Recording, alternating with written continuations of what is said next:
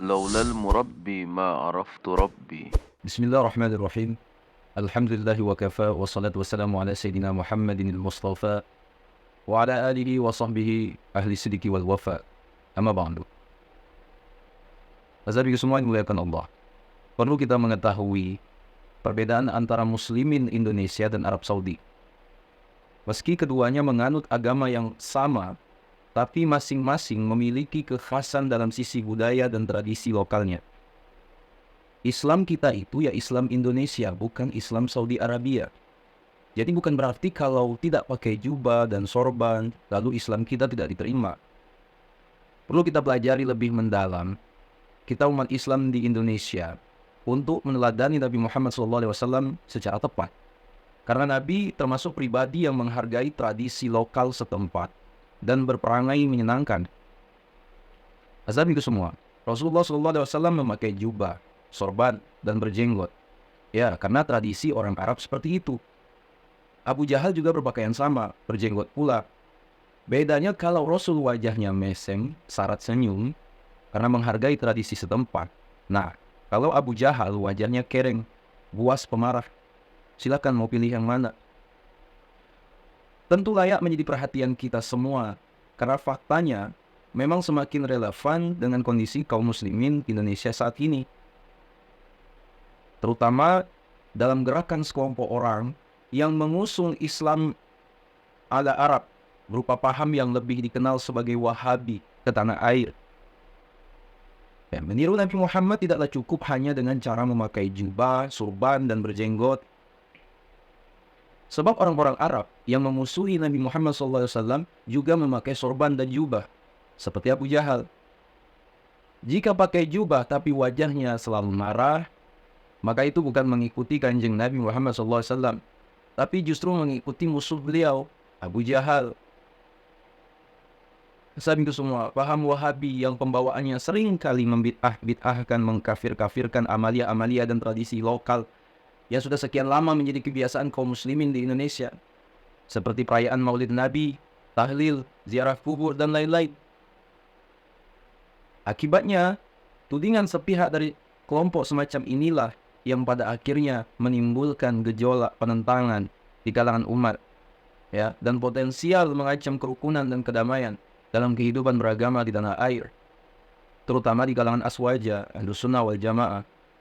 Ya, kalau kita nih mau berpikir luas ya, Islam di Indonesia berhasil menjadi percontohan yang dapat bersanding secara damai dengan agama dan ajaran yang berbeda.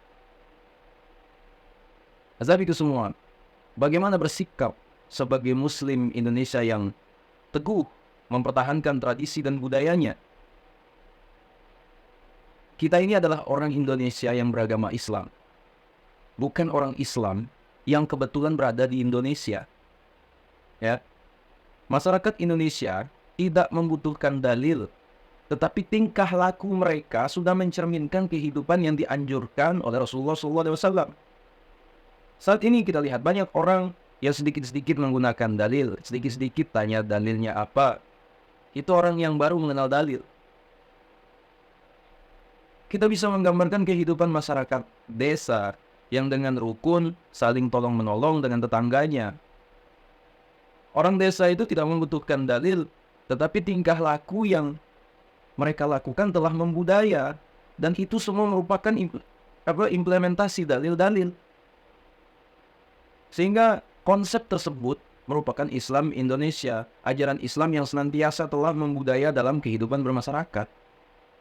Ya, Azabiku semua, Islam Indonesia pada zaman Insinyur Soekarno sangat dihargai di mata dunia. Karena dengan bangganya Insinyur Soekarno menyuarakan tentang Islam di Indonesia, hingga pada sidang PBB pun beliau menggunakan dalil untuk meyakinkan bahwa Islam di Indonesia besar. Sehingga kita harus sangat bangga memakai peci Soekarno ini. Selain harus bangga dengan identitas, tradisi, dan budayanya, bangsa Indonesia juga harus sadar akan tantangan-tantangan besar ke depannya. Azabiku semua, saya katakan dan nyatakan bahwa yang dimaksud Rasulullah SAW, Muhammad SAW tentang Sawadul A'zam itu ya Indonesia, khususnya Islam Ahlus Sunnah wal Jamaah. Coba kita lihat dari sisi kuantitas kalau menurut LSI. Kita lihat saja tuh di organisasi NU Nahdlatul Ulama. Anggotanya itu berjumlah 60 juta. Jika itu benar, berapa kali lipat dengan jumlah penduduk Saudi Arabia? Berapa kali lipat dengan jumlah Muslim Malaysia? Jadi secara kuantitas tidak terbantahkan.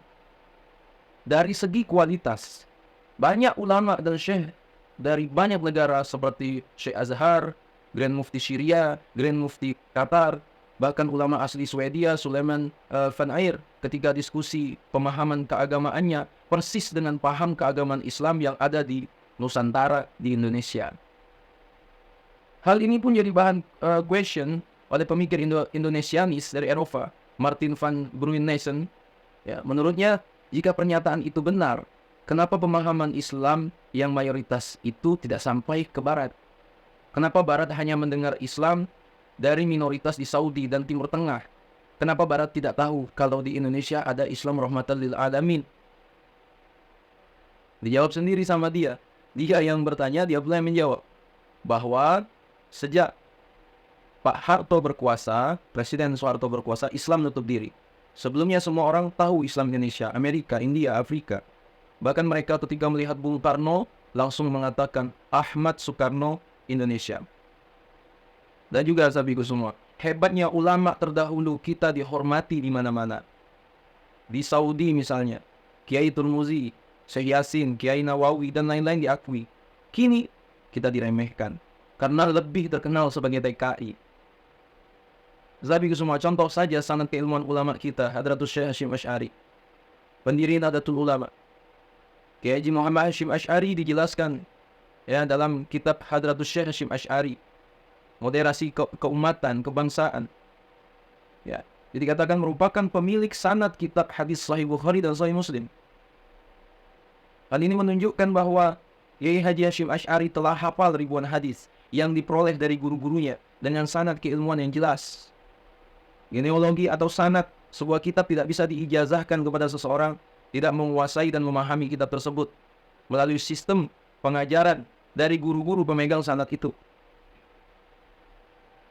Kepakarannya di bidang hadis juga diakui oleh gurunya sendiri di Nusantara, Kiai Haji Khalil Bangkalan. Bahkan Mbah Khalil tidak segan-segan berguru tentang ilmu hadis kepada Kiai Hasyim Asy'ari.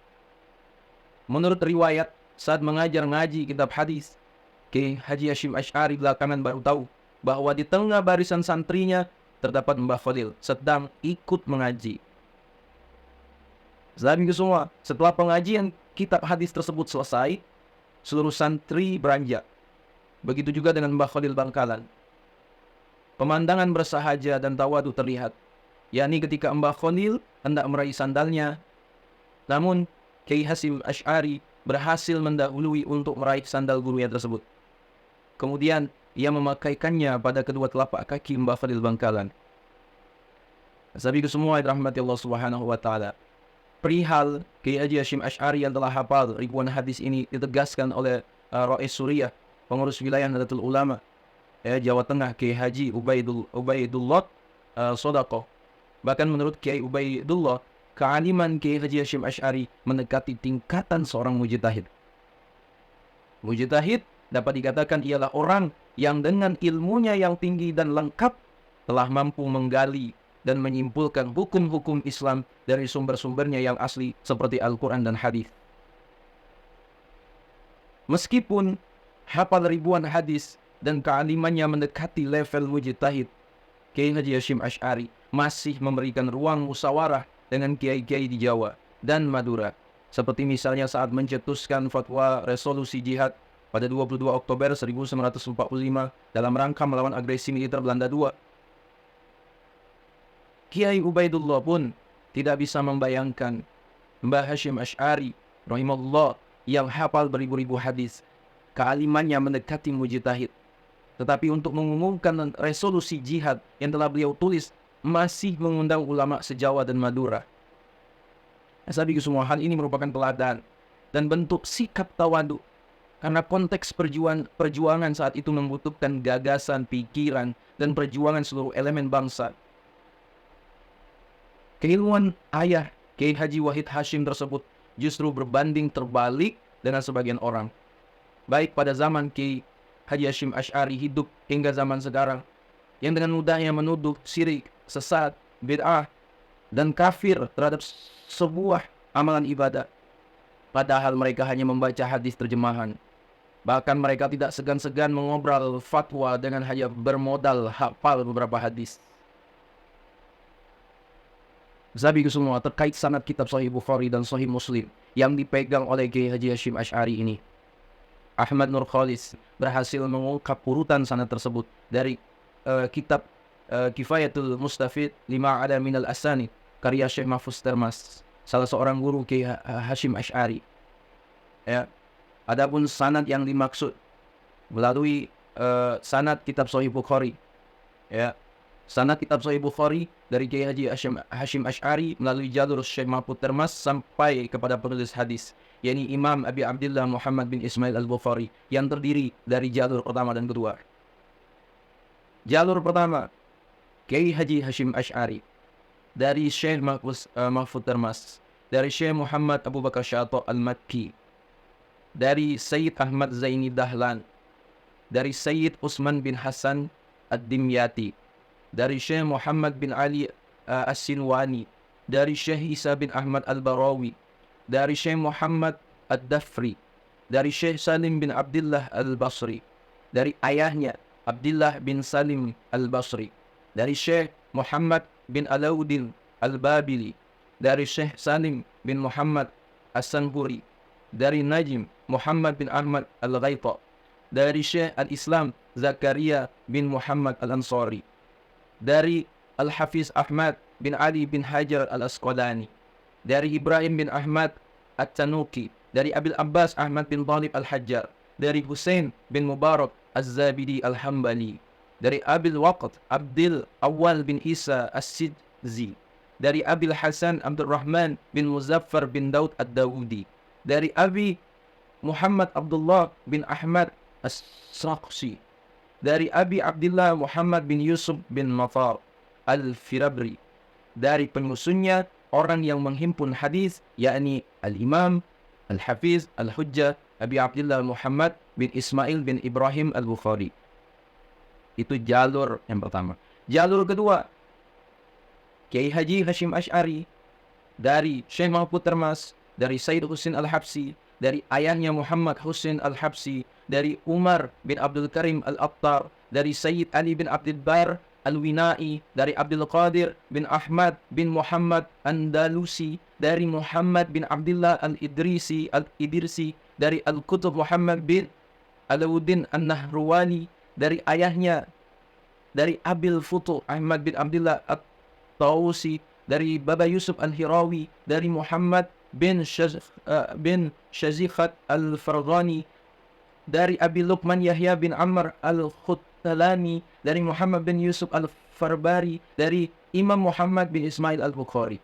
Nah, itu sanad kitab Sahih Bukhari. Adapun sanad kitab Sahih Muslim ini dari Kiai Haji Hashim Asy'ari sampai pada penulis kitab Kiai Haji Hashim Asy'ari, dari Syekh Mahfuz Termas, dari Syekh Muhammad Abu Bakar Syata Al-Makki, dari Sayyid Ahmad Zaini Dahlan, ya, dari Syekh Utsman bin Hasan Ad-Dimyati, dari Syekh Muhammad bin Ali As-Sinwani, dari Syekh Isa bin Ahmad Al-Barawi, dari Syekh Ahmad bin Abdul Fattah Al-Malawi, dari Syekh Ibrahim bin Hasan Al-Kurdi, dari Syekh Ahmad Muhammad Al-Qasyasi, ya, dari Syekh Asy-Syams Muhammad bin Ahmad Ar-Ramli, dari Syekh Zain Zakaria Muhammad Al-Ansari, dari Syekh Abdul Rahim bin Al-Furat, dari Syekh Mahmud bin Khalafiyah Ad-Dimashqi, dari Al-Hafiz Abdul Mu'min bin Khalaf Ad-Dimyati,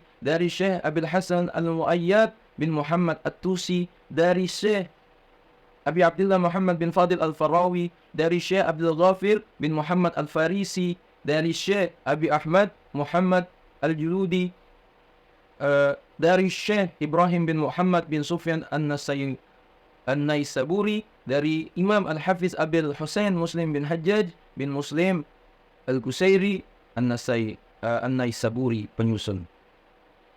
Subhanallah, sabi ke semua.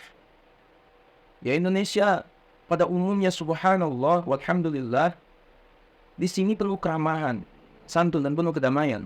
Seperti apa yang dibawa oleh para ulama yang pertama kali mendatangkan Islam ke Indonesia beberapa abad silam. Ya, mereka datang bukan dengan senjata, mereka datang bukan dengan kekerasan, mereka datang membawa cahaya kehidupan. Ya. Nah, sahabat semua yang dimuliakan Allah, kekuatan Islam yang santun dan penuh kedamaian di Indonesia ini perlu dipertahankan. Ya. Jangan sampai negeri kita ini seperti Suriah, Irak, Mesir, Yaman, Tunisia, Libya, dan negeri-negeri Muslim lain yang penuh dengan konflik dan perpecahan. Ya paling kita cuma sebatas di kolom komentar ya. Itu. Ya, di negara-negara tersebut terjadi pertikaian sampai menghalalkan darah sesama Muslim.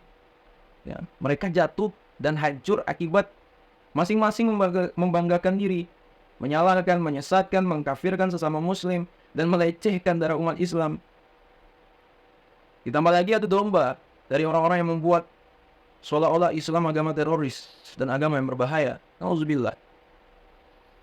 Sahabat semua yang dimuliakan Allah, setan sudah tidak bersemangat lagi dalam menjerumuskan umat Muslim agar menyembah dirinya. Ya, tetapi mereka tidak pernah berhenti untuk mengadu domba sesama Muslim agar saling bertikai dan kemudian hancur dengan sendirinya. Ya, sahabat semua yang dimuliakan Allah. Oleh karena itu, mari kita sama-sama membekali diri dengan ilmu yang santun, ilmu yang penuh kedamaian, ilmu yang tidak menghalalkan darah orang lain, ilmu yang tidak ceroboh dalam mencaci maki, menghujat orang lain. Ya, sahabat semua, apa yang bisa dilakukan agar Indonesia tidak seperti negara-negara yang penuh konflik tersebut?